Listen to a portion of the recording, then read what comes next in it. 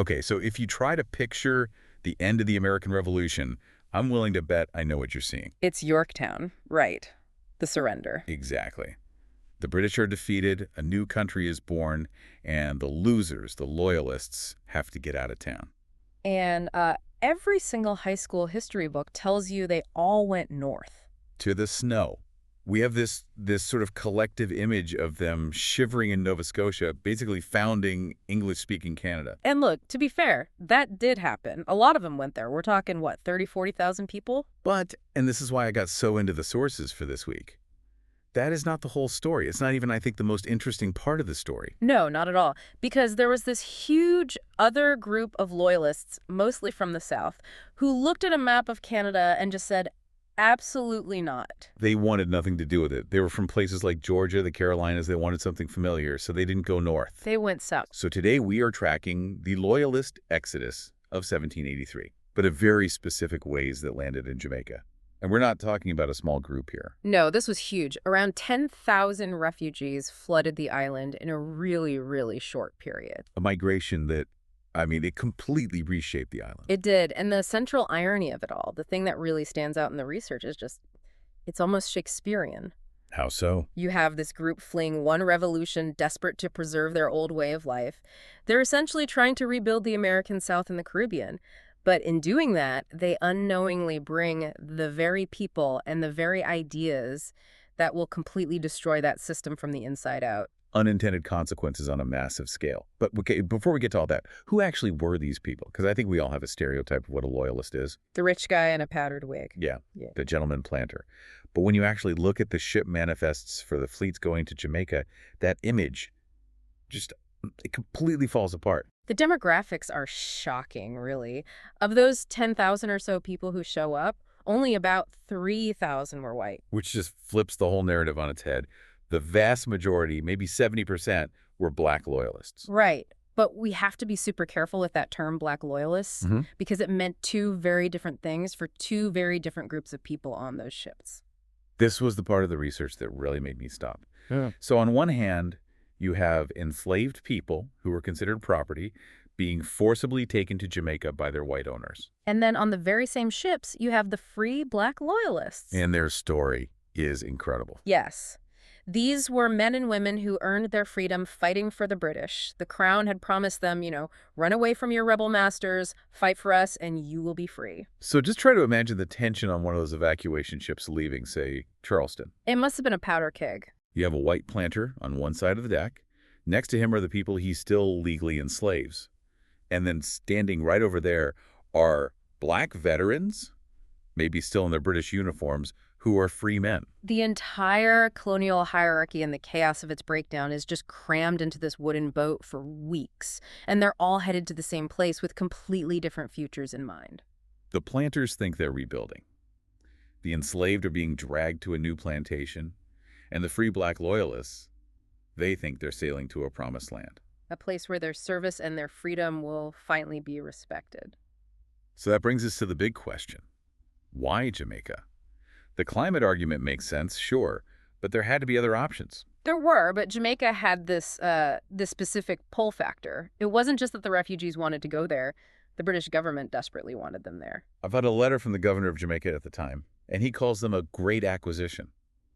He sounds almost relieved they're coming. It was what you might call a military insurance strategy. I mean, look at Jamaica in 1783. It's a British jewel surrounded by enemies. You've got the Spanish in Cuba, the French in what's now Haiti. And on the island itself, you have this enormous enslaved population that vastly outnumbers the whites, plus the Maroons in the mountains who had already fought the British to a draw. So the British are just terrified of losing their biggest cash cow. They're paranoid. The ratio of white to black on the island was, in their view, dangerously low. They needed bodies, specifically white bodies, to fill out the militias. So when they saw thousands of battle-hardened Southern loyalists looking for a home... They didn't see refugees. They saw a ready-made army. A free garrison, exactly. Which explains why they rolled out the red carpet, at least, on paper. Yeah, the incentives were pretty big. Tax holidays, free passage, land grants, tools. Yeah. It sounds like a fantastic deal. It sounds great in a pamphlet, but the reality for these refugees was it was just tragic. And it starts before they even see Jamaica. We have to talk about the Florida connection. Ugh, the twice displaced. I hadn't realized that for so many of them, Jamaica wasn't even their second home. It was their third. That's the heartbreak of it. East Florida was loyal to Britain.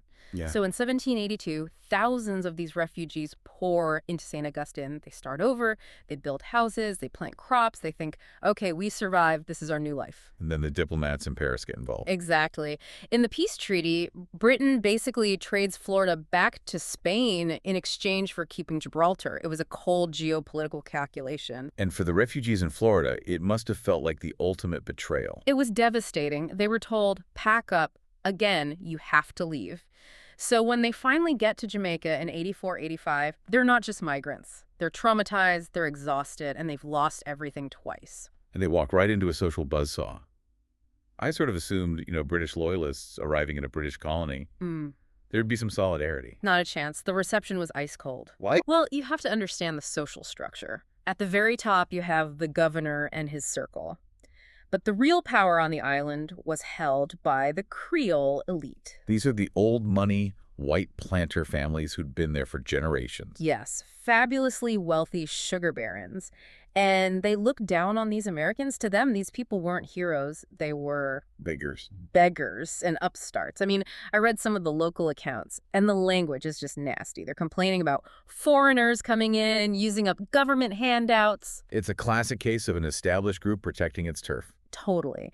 The Creole elite owned all the best land, the flat, fertile plains, perfect for sugar.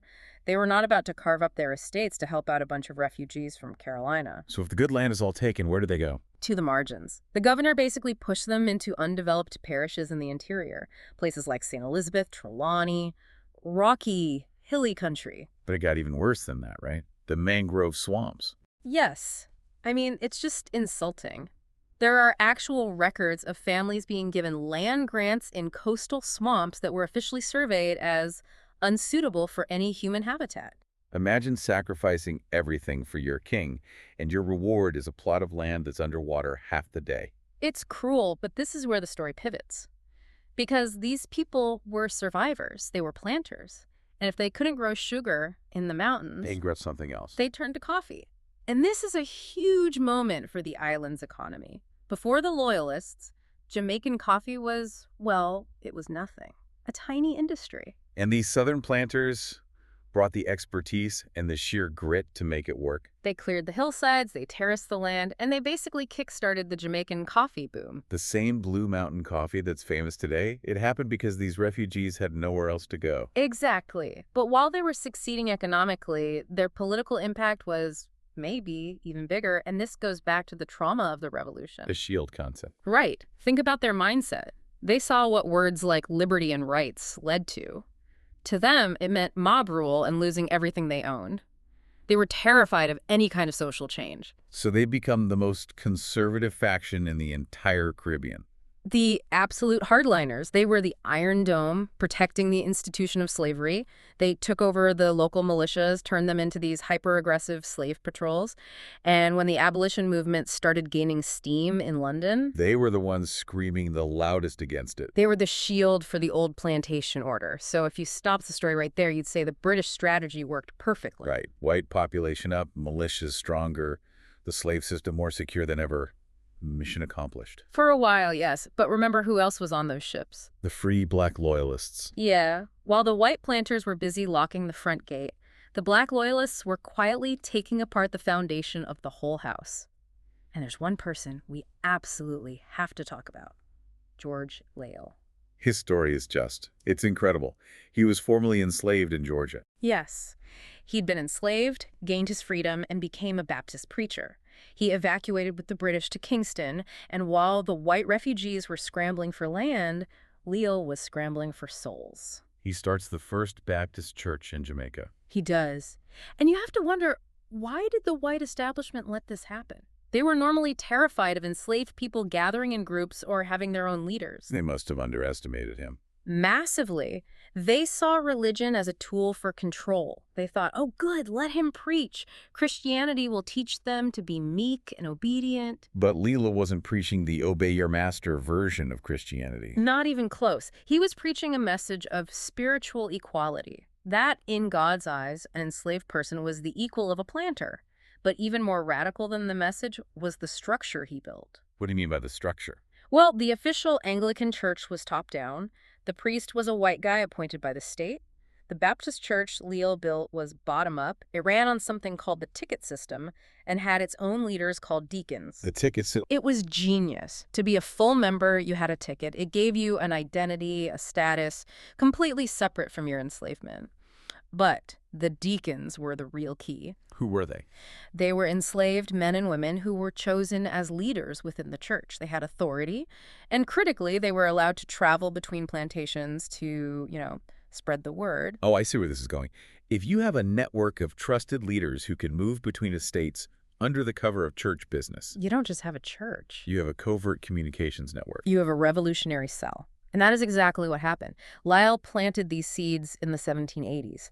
And for decades, they grew underground, completely unnoticed by the white loyalists who were too busy drilling their militias. Until the harvest in 1831. The Baptist War, also known as the Christmas Rebellion, the largest slave uprising in the history of the British Caribbean. We're talking 60,000 people. And it wasn't just a riot. It was an organized general strike that became a war. And the organizers were? The native Baptist deacons. The exact leadership structure that George Lyle and the Black Loyalists created was the command and control for the entire rebellion. The main leader, Sam Sharp, was a deacon. That is the ultimate historical irony. It's unbelievable. The British brought these people to Jamaica to prevent slave revolts. The white loyalists spent 50 years trying to bolt the system down. But on the very same ships, they carried the seeds of its utter destruction. And it did destroy the system. The 1831 rebellion was the final straw. It horrified the British public and Parliament so much they finally realized slavery was just unsustainable. It led directly to the Slavery Abolition Act of 1833. So the refugees who were called beggars, who were pushed to the margins, they became the architects of the island's freedom. They did. And the people in power never saw it coming. They were only looking at the other white planters. They completely missed the real revolution that was happening in the chapels and the prayer meetings. It really makes you think about how we view migration and refugees today, doesn't it? We tend to focus on the numbers, the logistics. Like it's a spreadsheet problem. Exactly. But every single person who moves across a border is carrying this invisible baggage. They're carrying ideas, beliefs, traumas, new ways of organizing, and you can try to push them to the margins, but those ideas, they take root. And so often, it's the people who are ignored, the ones who have to innovate just to survive, who end up building the future. The Creole elite is gone. Their power structure is gone. But the church George Lyle started, the freedom Sam Sharp died for, that's the foundation of modern Jamaica. The future is built on the margins. I love that. It's the story of history over and over again. You have to watch the edges. Well, we are going to leave it there. A huge topic, and I feel like we only just scratched the surface, but hopefully you'll never look at a bag of Blue Mountain coffee or the map of the Caribbean quite the same way again. Absolutely. Thanks for diving in with us. We'll catch you on the next one.